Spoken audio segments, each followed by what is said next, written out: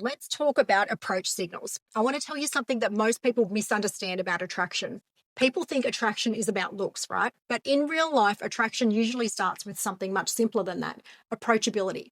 The question that most people's brains are asking in a social environment isn't, are they attractive? It's actually, is it safe to approach them? Because approaching someone comes with a risk of rejection. And the human brain hates rejection.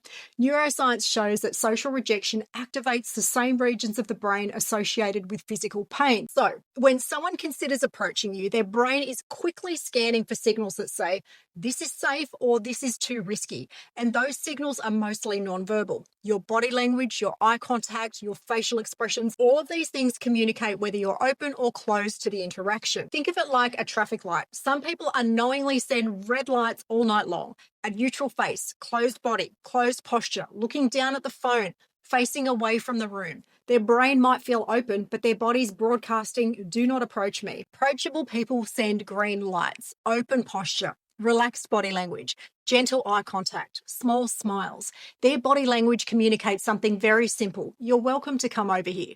And here's something fascinating about the psychology of flirting. Research on human courtship behavior shows that men often misinterpret friendliness as flirtation. So they're constantly trying to figure out, is she just being polite or is she actually interested? And because the risk of rejection feels so high, most men need a lot more signals before they feel confident enough to approach. In fact, studies observing courtship behavior in social environments have found something really interesting.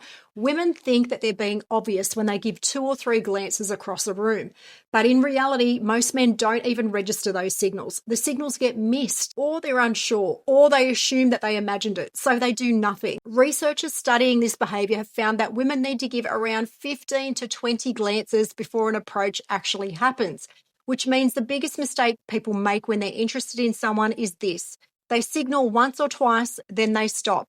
And from the other person's perspective, it never even registers. So if you want to make it easier for someone to approach you, you need to amplify the signals of approachability. First, angle your body towards them. Body orientation is one of the strongest signals of interest. Our brains are wired to notice when someone's torso is facing us.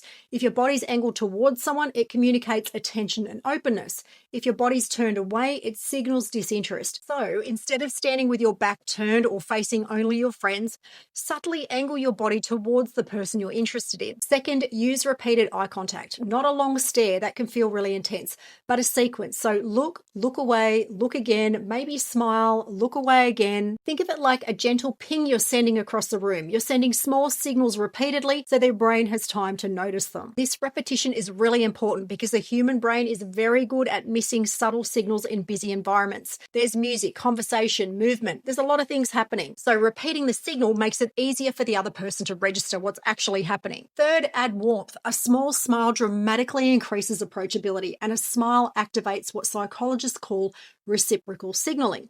When someone else sees a friendly facial expression, their brain automatically becomes more relaxed and receptive.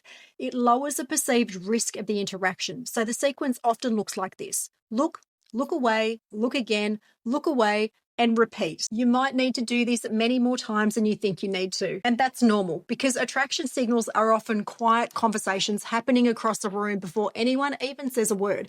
Think of it like slowly opening a door. Each glance, each smile, each small orientation of your body is opening the door a little more until the other person's brain finally decides this feels safe enough to walk through, and that's when the approach happens.